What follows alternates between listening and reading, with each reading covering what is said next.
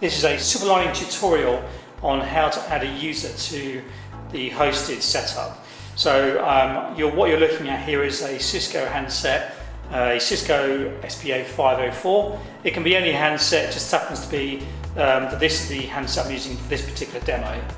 And I'm also logged into the manager, so this is the console where administrators have the full access to add users, manage users, manage the setup, all your numberings and so on. So I'm just going to demonstrate how we add a user. So very simply, we go to users and we'll add a user. It'll ask me for a site.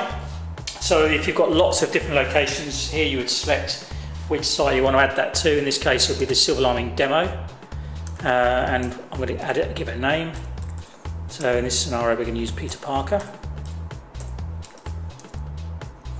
And it'll ask for a username. This is important because what will happen once this user is created, it will email whoever you allocate the email address to this user. It will email them all their details, which I'll show you shortly. So I'm going to use my email address for this, mark.james@everycloud.eu.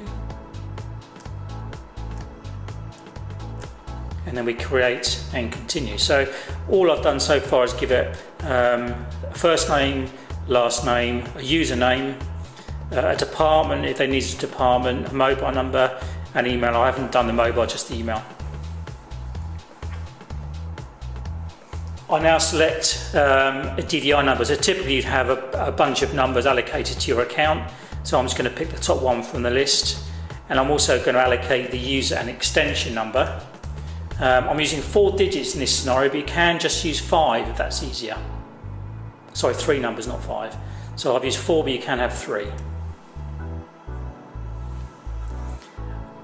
I've got a bunch of licenses. It's used a user license here. You can see I've got none left. So it's the last user I've got left on this particular demo account. If I wanted to have more users, I simply just request more licenses.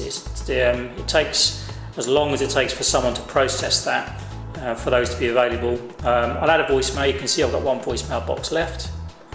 It's telling me I've added a user. You can see it's coming to my inbox. I can save and continue that. I can now decide whether I turn on or turn off certain user access permissions. So this one says, is the user able to forward calls? Yes. Can the user use their profiles? Yes. Are they allowed to play with their advanced call setups? Yes. Are they allowed to use remote office? And can they use CLI presentation? You can turn off some of these permissions. If you don't want to give the user any ability to play with their particular settings, you can turn all of this off.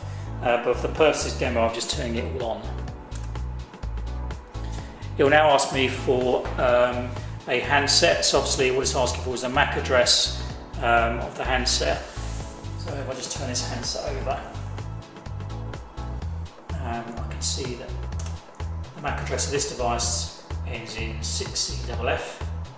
It's worth just noting on the back of the handset, you've got 2 ports here. You've got a switch port and you've got a PC port. So if you want to, you can bring your internet into the handset, and then you can daisy chain from the handset into the back of your PC. So you can run 1 cable to your desk. And then you can see all the MAC address information is here displayed. So I'm just going to plug a cable into that.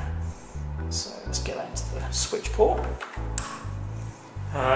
You can run PoE if that's of use. I'm not in this scenario. I'm just running local power, so I can plug local power into the handset. You can run PoE. And as I said before, you can also have wireless handsets. So if you're particularly good if you're in a home location where maybe Wi-Fi is difficult.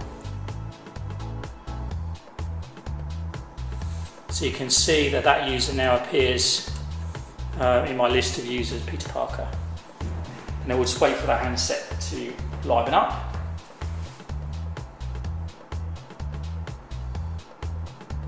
So you can see it goes through a bit of an initiation process. There you go, you can see Peter Parker. Now the orange lights at the moment just show that the users on the network, but it's not finished its configuration, so we'll probably go through a reboot in a second. But you can see that it's worked because I've got the date and time is correct on the top bar of the handset, and I can see that the extension number is valid.